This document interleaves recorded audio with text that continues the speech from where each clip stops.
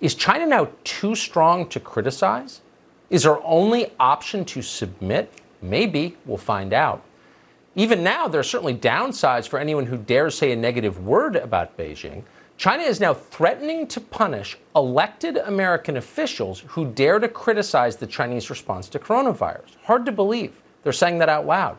To his credit, Senator Josh Hawley of Missouri is not intimidated. He's one of those who's been threatened by the Chinese government, and we're happy to have him on tonight. Senator, thanks a lot for joining us. First, if you could just be specific about the threat that China has made against you. Well, China has said that they are going to sanction me personally, whatever that means, and they're going to sanction my state, the state of Missouri, because we've had the temerity, Tucker, to actually stand up. State of Missouri is suing the Chinese government, and rightly so. And I propose legislation that would allow every American who has been hurt by this COVID pandemic that Beijing unleashed on the world to allow every American to go to court who's been hurt, hold the Chinese government accountable, and have the court freeze Chinese assets. So I guess that makes me a target. I don't care. We're going to keep speaking the truth, and we're going to hold China accountable. And this is the time. We have got to change our relationship with China. It is now or never. It's not just a question of trade. It's a question of what kind of world are our grandchildren going to live in. It's not an overstatement to say the future of the world hangs in the balance right now. So I fervently hope this can be a bipartisan effort. Have you had any luck getting Democrats in the Senate on your side to push back against Chinese dominance?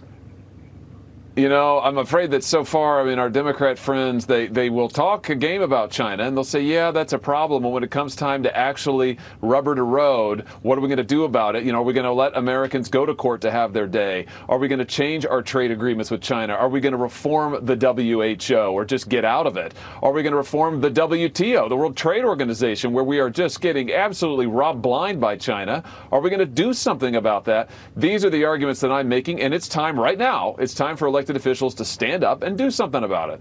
It shouldn't be partisan at all. There's no reason. It's a matter of national security. So at the end of it, we're spending so much money, trillions of dollars, to the point where it's not even real, of course.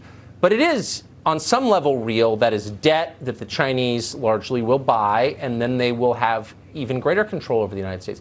Are you worried that, in effect, the Chinese will bail out our country after a pandemic they unleashed on the world?